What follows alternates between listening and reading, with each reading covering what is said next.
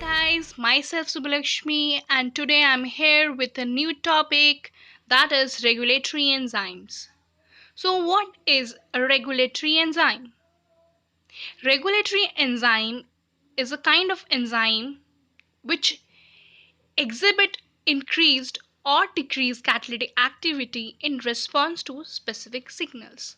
मतलब regulatory enzymes वो enzymes होते हैं जिनके पास ये कैपेबिलिटी होती है, पावर होती है कि वो आपका आपकी जो कैटालिटिक एक्टिविटीज़ है उसको उसकी रेट को या तो इंक्रीज कर सकते हैं या डिक्रीज कर सकते हैं, या वो खुद रेगुलेट हो सकते हैं या दूसरे को रेगुलेट कर सकते हैं।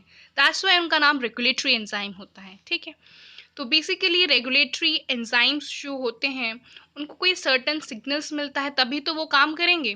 ठीक है, तो इन सिग्नल्स के कौन देता है इनको, ये सिग्नल्स कैसे ये काम करते हैं, इनके बारे में हम आगे पढ़ेंगे। ठीक है, तो बेसिकली रेगुलेटरी एंजाइम्स जो होते हैं उस पर अगर हम कुछ मॉडिफिकेशन करें, ठीक है, तो वो अलग अलग मैकेनिज्म होता है। बेसिकली क्या होता है कि रेगुलेटरी एंजाइम की जो एक्टिविटी है उसको हम मॉड्यूलेट करते हैं थ्रू टू मैकेनिज्म्स। ठीक है, first one is reversible non covalent modification and second one is reversible covalent modification. अगर हम बात करते हैं रिवर्सिबल नॉन कोवैलेंट मॉडिफिकेशन की, ठीक है, तो जिन रेगुलेटरी एंजाइम्स में रिवर्सिबल नॉन कोवैलेंट मॉडिफिकेशन होता है उन्हें हम एलोस्टेरिक एंजाइम्स भी कहते हैं। ठीक है, तो basically what do you mean by non covalent modification, मतलब ये जो मैं कह रही हूँ इसका मतलब क्या है। ठीक है, allosteric enzymes function through reversible non covalent binding of regulatory compound called modulators और इफेक्टर्स। आपको इतनी समझ में आ गई बात? अच्छा, तो बात क्या है कि जो आपका एलोस्टेरिक एंजाइम होता है, ठीक है, वो आपका फंक्शन करता है रिवर्सिबल। देखिए, अगर हम बात करते हैं रेगुलेटरी एंजाइम में जो मॉडिफिकेशन होगा वो दोनों के दोनों मैकेनिज्म रिवर्सिबल है, कोई भी इरिवर्सिबल नहीं है। ठीक है, तो जो एलोस्टेरिक एंजाइम्स होता है, ठीक है, उसके अभी हमने पढ़ा modulator, what is modulator, what is substrate, और ये मॉड्यूलेटर कैसे काम करता है एलोस्टेरिक एंजाइम के बारे में अब हम देखते हैं इसको। ठीक है, तो मॉड्यूलेटर्स बेसिकली ये वो मतलब ये वो पार्ट है, ठीक है, जो आपके एलोस्टेरिक एंजाइम्स को सिग्नल सेंड करते हैं। अभी हमने फर्स्ट लाइन यही पढ़ा था ना कि रेगुलेटरी एंजाइम एग्जिबिट इंक्रीज और decreased catalytic activity in in response to specific signals. तो ये स्पेसिफिक सिग्नल सेंड करने वाला कौन है? यही मॉड्यूलेटर्स होते हैं। ठीक है, मॉड्यूलेटर्स ही वही होते हैं जो कि सिग्नल सेंड करते हैं एलोस्टेरिक एंजाइम्स को। ठीक है, अच्छा, अगर आपका बेसिकली देखिए बात ये है कि मॉड्यूलेटर्स दो काइंड के हो सकते हैं। ठीक है, अगर कोई मॉड्यूलेटर एंजाइम की कैटालिटिक एक्टिविटी को इनहिबिट करता है यानी कि उसको रोकता है तो उसे हम कहते हैं नेगेटिव मॉड्यूलेटर्स। पर अगर कोई मॉड्यूलेटर आपकी एंजाइम की एक्टिविटीज को, कैटालिटिक एक्टिविटीज को इंक्रीज करता है तो उसे हम कहते हैं स्टिमुलेटरी और पॉजिटिव मॉड्यूलेटर्स। ठीक है, अच्छा, चलिए हम चलते हैं नेक्स्ट स्लाइड की तरफ। तो ऑफन, अच्छा एक सेकेंड, हाँ, तो बेसिकली मॉड्यूलेटर्स की हमने दो टाइप्स तो पढ़ ली कि नेगेटिव भी, मॉड्यूलेटर नेगेटिव भी हो सकते हैं, पॉजिटिव भी हो सकते हैं, स्टिमुलेटरी भी हो सकते हैं।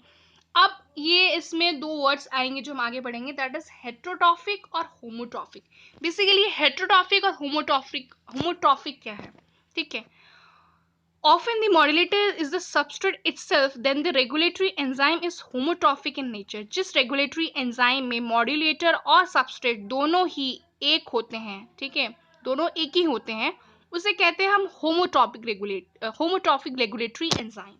पर जिन मॉलिक्यूल्स में, जिन रेगुलेटरी एंजाइम्स में आपका जो मॉड्यूलेटर है और जो रेगुलेटरी और जो आपका सबस्ट्रेट है वो दोनों दो डिफरेंट चीजें हैं। ठीक है, तो उस केस में हम उस रेगुलेटरी एंजाइम को हेटेरोपिक इन नेचर कहते हैं। ठीक है, होमो हेटेरो क्लियर हो गया? ठीक है, तो बेसिकली अगर हम होमो की बात कर रहे हैं तो उसका तो एक ही एक्टिव साइट रहेगा जिससे सबस्ट्रेट और एंजाइम बाइंड करेगा। अच्छा, सबस्ट्रेट एंजाइम कैसे बाइंड करता है वो हम अपने प्रीवियस वीडियोस में जान चुके हैं। ठीक है, तो अगर हम बात करते हैं हेट्रोटॉपिक एलोस्टेरिक एंजाइम की, ठीक है, हेट्रोटॉपिक है यानी कि उसको मॉड्यूलेटर के बाइंड के लिए भी और सबस्ट्रेट बाइंडिंग के लिए भी दो अलग अलग साइट्स चाहिए, ठीक है। अच्छा, तो यही केस है कि आपको हेट्रोटॉपिक एलोस्टेरिक एंजाइम जो भी है आपका, ठीक है, उसकी बाइंडिंग उसमें उसमें दो साइट्स होती है बेसिकली। जो आपका हेट्रोट्रॉफिक आपका एलोस्टेरिक एंजाइम होता है उसमें दो आपकी साइट्स होंगी, ठीक है।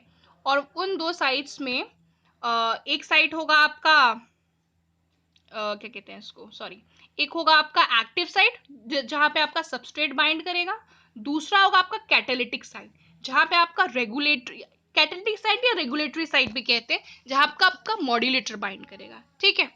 अच्छा, अगर हम बात करते हैं एलोस्टेरिक, हाँ एक बहुत इंपॉर्टेंट बात, जो एलोस्टेरिक एंजाइम्स होते हैं ना, वो आपका माइकलिस मेंटन काइनेटिक्स को ओबे नहीं करते, ठीक है। माइकलिस मेंटन काइनेटिक्स क्या है वो हम भी प्रीवियस अपने लेसन्स में वीडियोस में पढ़ चुके हैं, ठीक है।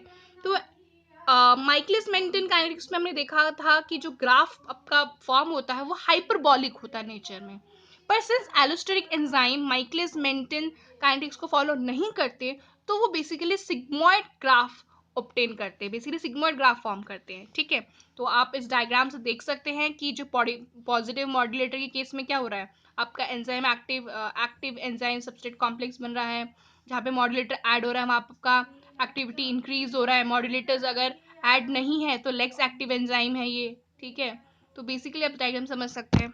चलिए, अब हम बात करेंगे, ये तो बात थी कि भाई, ये तो बात थी फर्स्ट मैकेनिज्म की थ्रू, ठीक है, जो फर्स्ट मॉडिफिकेशन क्या था रेगुलेटरी एंजाइम में, that is reversible covalent, sorry non covalent, ठीक है, जो कि एलोस्टेरिक एंजाइम है। अब हम बात करेंगे रिवर्सिबल कोवैलेंट के बारे में। तो रिवर्सिबल कोवैलेंट मॉडिफिकेशन क्या है, ठीक है, it is the another important class of regulatory enzyme activity is modulated by covalent modification of one or more of the amino acid residue in the enzyme molecule, ठीक है। तो basically इसमें क्या है, आपका कोवेलेंट मॉडिफिकेशन होगा, और जो कोवेलेंट मॉडिफिकेशन में कुछ मॉडिफाइंग ग्रुप्स होते हैं वो होता है आपका फॉस्फोराइल, एसिटाइल, ठीक है, इस टाइप से, सल्फेट, एडेनोसिन डाइफॉस्फेट, ये सब होते हैं, ठीक है। चलिए, और कोवेलेंट मॉडिफिकेशन आपका बेसिकली इंक्लूड करता है फॉस्फोराइलेशन, एडेनाइलेशन, मिथाइलेशन, ठीक है।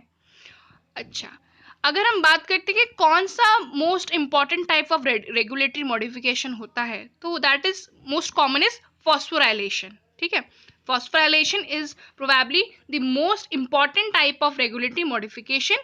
It is estimated that 1/3 of all proteins in eukaryotic cells are phosphorylated, जो कि हम नॉर्मल सेल बायोलॉजी में पढ़ चुके हैं, ठीक है। और इसका बहुत अच्छा एग्जाम्पल है, enzyme regulation by phosphorylation is seen in glycogen phosphorylase of muscles and liver, which catalyzes the reaction, ठीक है।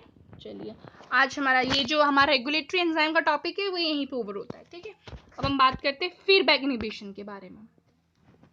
So what is feedback inhibition, इसका भी कंसेप्ट बहुत इजी है। Basically feedback inhibition is a form of allosteric regulation, ठीक है, in which the final product of sequence of enzymatic reactions accumulates in the, basically क्या होता है, देखिए आपका ये एंजाइम नंबर 1 है, ठीक है, आपका एक बायोसिंथेटिक पाथवे फॉलो हो रहा है, ठीक है, उस पाथवे पे आपका कुछ प्रोडक्ट बन रहा है। अगर वो प्रोडक्ट ज़्यादा बन जाए तो वो बेसिकली क्या करता है, वो जाके आपका पहले जो आपका एंजाइम था, ठीक है, जो स्टार्टिंग पॉइंट था, जो स्टार्टिंग एंजाइम यूज हुआ था, उसको ब्लॉक कर देता है, ठीक है। क्या है, अब हम उसको जरा जानते हैं, ठीक है। Feedback inhibition is a form of allosteric regulation in which the final product of a sequence of enzymatic reaction accumulates in abundance, ठीक है, बहुत ज्यादा मात्रा में प्रोड्यूस हो जाता है वो। With too much of this product produced, the final production sorry, ये थोड़ा सा मैंने हाईलाइट कर दिया, इसको मैं भी रिमूव करती हूँ, हाँ। The final product binds to an allosteric site on the first enzyme. तो बेसिकली क्या होगा, जो आपका मतलब ये जो डी एंजाइम है, सॉरी एंजाइम नंबर 3 है, ये प्रोडक्ट बहुत ज़्यादा प्रोड्यूस कर देगा, वो प्रोडक्ट जाके आपका एंजाइम नंबर 1 के एलोस्टेरिक साइट पे बाइंड कर जाएगा, ठीक है, जो कि उसकी एंजाइम की एक्टिविटी को इनहिबिट कर देगा, ठीक है। चलिए अब हम बात, यही लिखा है इसमें, this halt the reaction at the first step so that no more excess product is produce, ताकि ज़्यादा अमाउंट में वो प्रोडक्ट प्रोड्यूस ना हो। देखिए ज़्यादा अमाउंट में कोई भी अगर चीज़ प्रोड्यूस हो रही है आपकी बॉडी में, मतलब आपकी एनर्जी भी यूज़ हो रही है, ठीक है, वो वेस्ट ही होनी है, आपको ज़रूरत नहीं है आपकी बॉडी को उस चीज़ की। उसका बहुत अच्छा एग्जाम्पल है कोलेस्ट्रॉल का। तो mechanism of cholesterol production in the liver is inhibited by presence of cholesterol in the blood. Large amount of cholesterol in the blood actually prevents liver cells from transcribing the necessary mRNA to make the enzyme that makes cholesterol. Basically क्या है, आपका अगर cholesterol बहुत ज़्यादा produce हो जाता है, ठीक है, तो लिवर में बेसिकली ब्लड में बहुत ज़्यादा कोलेस्ट्रॉल है आपका, ठीक है, और वो जो ज़्यादा अमाउंट कोलेस्ट्रॉल है वो आपका क्या करता है, लिवर सेल को सिग्नल भेजता है कि आप जो ट्रांसक्राइब कर रहे हैं एमआरएनए, जिसकी वजह से आपका एक एंजाइम प्रोड्यूस होता है, जो एंजाइम कोलेस्ट्रॉल को प्रोड्यूस करता है, उसको आप बंद कीजिए, ठीक है। ये फीडबैक इनहिबिशन छोटा सा टॉपिक था और इसका ये सबसे बहुत अच्छा इजी एग्जाम्पल है। चलिए, thank you and have a nice day. आज हमारा सेशन यहीं खत्म होता है। So if you guys have any doubts regarding the topic, then please leave it in the comment section.